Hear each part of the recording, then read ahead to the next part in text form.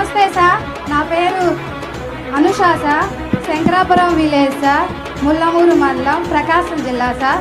నేను నా సొంత గ్రామంలో ప్రకృతి వ్యవసాయంలో పండిస్తూ వ్యవసాయం చేసుకుంటూ సొంత పనులు పిల్లలను చూసుకుంటూ చాలా కష్టపడుతున్నాను సార్. నాకున్న సొంత గ్రామంలో 3 ఎకరాల బొప్పాయి వేసి పండిస్తున్నాను సార్. ప్రకృతి వ్యవసాయం బాగా చేస్తున్నాం సార్. మీరు ఏ మీటింగ్కి వెళ్ళినా మా ప్రకృతి వ్యవసాయం గురించి బాగా చదువుతున్నారు సార్. మీరు ఇంకా బాగా చెప్పాలి, మమ్మల్ని బాగా ఇంకా ముందుకు తీసుకెళ్లాలని కోరుతున్నాం సార్. చాలా సంతోషంగా ఉంది సార్. ఈ ప్రభుత్వం వచ్చిన తర్వాత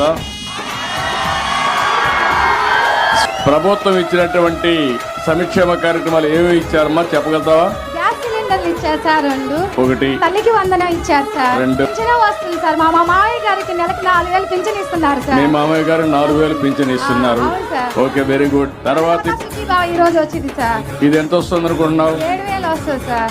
ఆగస్టు 15న మళ్ళీ మీ అందరికి ఫ్రీ బస్.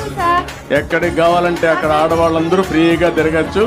ఫ్రీ బస్ సౌకర్యం. శ్రీ శక్తి బియ్యం కూడా ఇస్తున్నారు కదా, రేషన్ బియ్యం ఇస్తున్నారు కదా, ఇంటి దగ్గర ఇస్తున్నాం కదా. ఇంత ఎండలో కూర్చొని ఎప్పుడన్నా రైతుల కోసం ఆలోచించారా? అది డిఫరెన్స్ ఈ ప్రభుత్వానికి గడిచిన ప్రభుత్వానికి. ఆ అమ్మాయి చెప్పింది నిజమనుకుంటే గట్టిగా చప్పట్లు కూడా చెప్పండి వాస్తవం అని.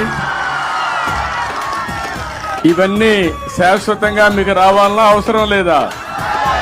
రావాలంటే ఏం చేయాలి? మళ్ళీ మళ్ళీ ఎన్డీఏనే గెలవాలి, తెలుగుదేశం పార్టీ ఉండాలి, అవునా కాదా? చాలా happy sir. Okay, very good.